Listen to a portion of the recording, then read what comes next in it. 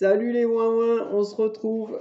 On va parler aujourd'hui de Christine Angot, la méthode du zéro pointé. On bricole, on picore, on pinaille, on corrige et on essaye de travailler notre style.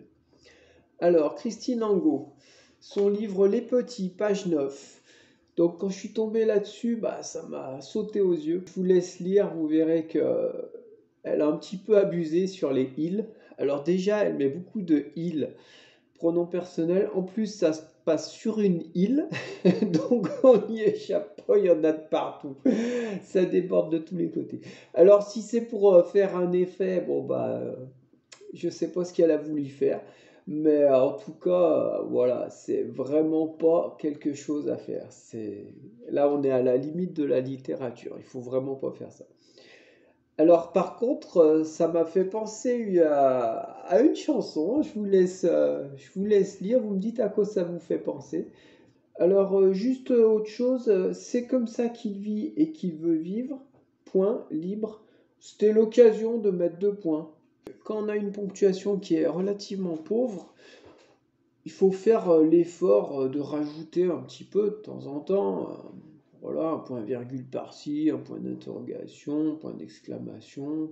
Ça donne du rythme au texte. Oui, autre remarque, c'est que quand on a des phrases qui sont très courtes, comme ici, entre parenthèses, en Martinique, c'est bien de mettre une virgule après. En Martinique, virgule, il vit dans sa voiture. Enfin, il y a plein de trucs à revoir. Mais oui, quand on a des phrases très courtes comme ça, on se condamne en fait à avoir peu de rythme et pas d'harmonie parce que du coup c'est haché en fait. Oui, petite chose aussi, il réalise des disques, fait des concerts. On aurait pu remplacer fait par enchaîne les concerts, ça aurait évité un verbe terme. Et surtout, il enregistre, il répète, il écrit. C'est pas vraiment dans l'ordre où ça se passe. L'ordre où ça se passe, c'est plutôt il écrit des chansons, il répète, il enregistre. Page 15, là il y avait un petit problème de dialogue. C'est que quand on demande pourquoi, la réponse c'est pas si. Là, à un moment, elle dit il est content, mais il ne saute pas en l'air. Hélène lui demande pourquoi, et lui il répond si c'est cool. C'est pas la réponse à la question pourquoi. Donc ça choque, on s'arrête et c'est pas terrible. Il croit qu'il a compris, ça laisse suggérer en fait qu'il se trompe.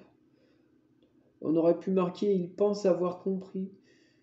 Parce que là, pour le coup, il a vraiment compris. Après, elle met un tiret suivi de 3 petits points et puis la majuscule je suis enceinte.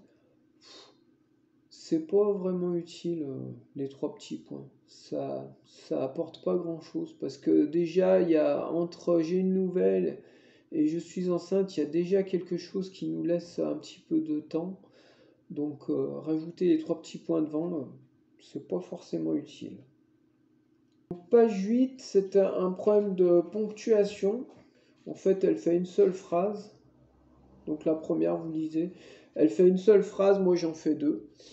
Et après, je suis resté sur ma faim en fait, quand elle dit leur famille habitait Paris depuis des générations, dans le 17e arrondissement, près du parc Monceau, était issue de Normandie.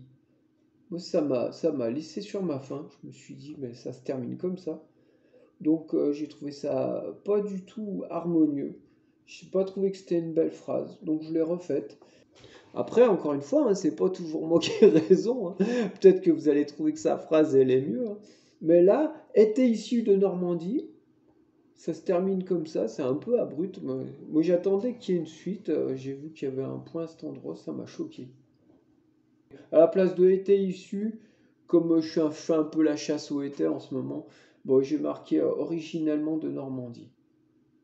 On travaillera un jour spécifiquement sur les thèmes, on verra qu'il y a bien des moyens d'y échapper. Page 18-19.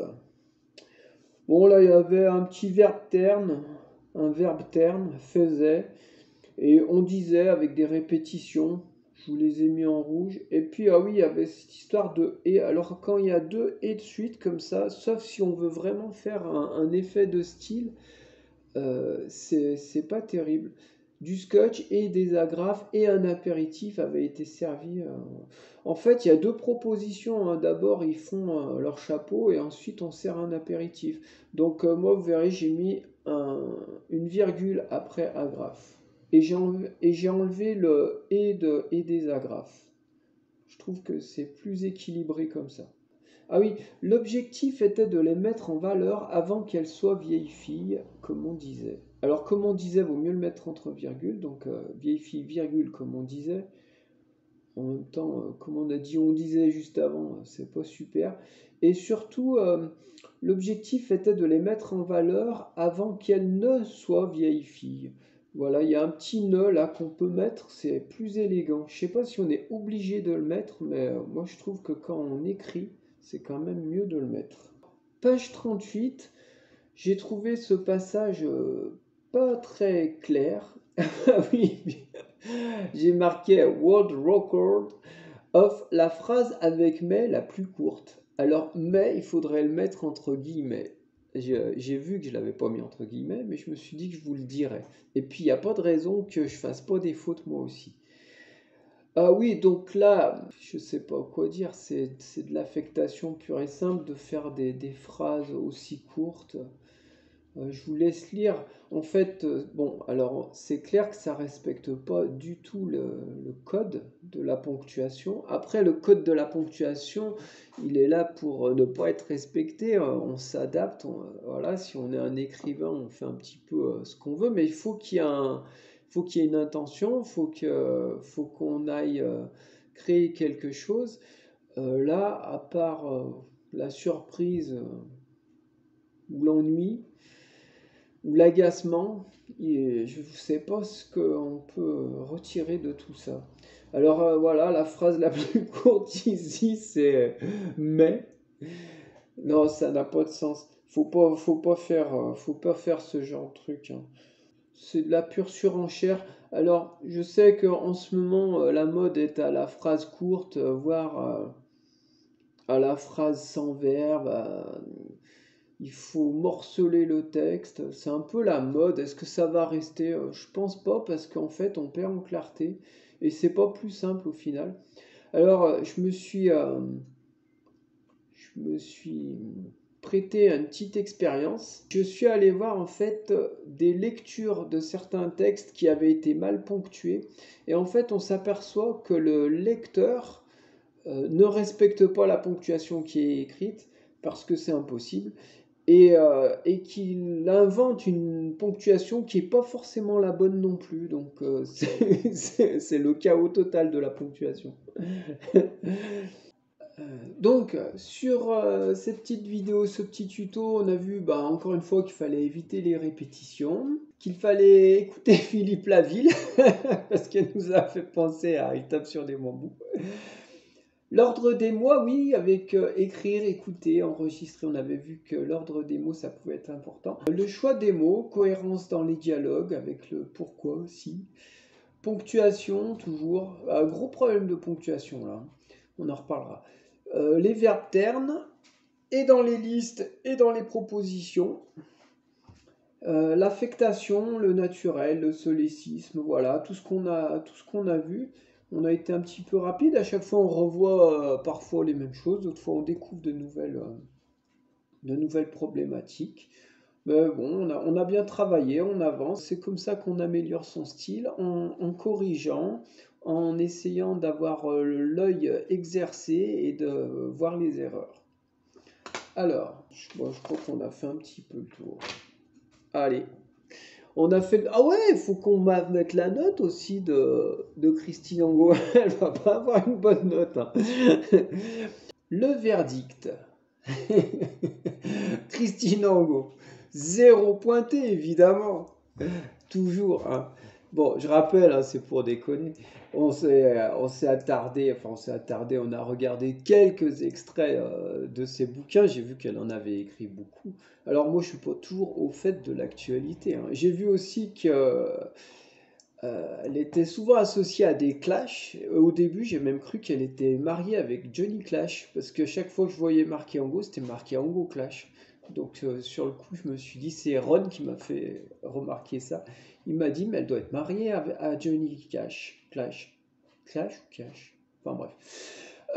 Donc, qu'est-ce qu'on a dit à Christine Angot? On a dit travaille le naturel, oui, parce qu'il y avait beaucoup d'affectation dans son style. On sent en fait qu'elle veut être littéraire, mais ça marche pas toujours. Alors, révise la ponctuation, oui, alors ça, elle est pas la seule, hein, c'est un petit peu la mode, hein, comme je vous ai dit. En ce moment, la ponctuation. Bon. Varier les tours. Oui, varier les tours, c'était le fait donc d'utiliser trop de phrases courtes, ce qui nous amenait à avoir des problèmes de rythme et d'harmonie, parce que quand on fait que des phrases courtes, eh ben, c'est difficile d'avoir de l'harmonie. Donc tout ça, en fait, c'était lié finalement à apprendre à lire, c'est ce que j'ai marqué, apprends à lire. Alors, quand je dis Christina Angot apprend à lire, en fait, c'est à nous, hein, c'est d'accord. On voit le problème, et, euh, et on cherche la solution.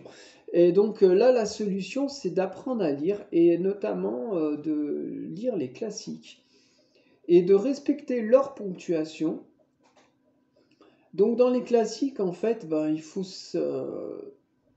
faut aller voir, qu'est-ce que j'ai marqué? Ouais, alors, Fénélon, Rousseau, Voltaire, Chateaubriand, Buffon, des gars qui savent écrire, qui ont des belles phrases, des belles périodes, qui ont réfléchi à leur écriture.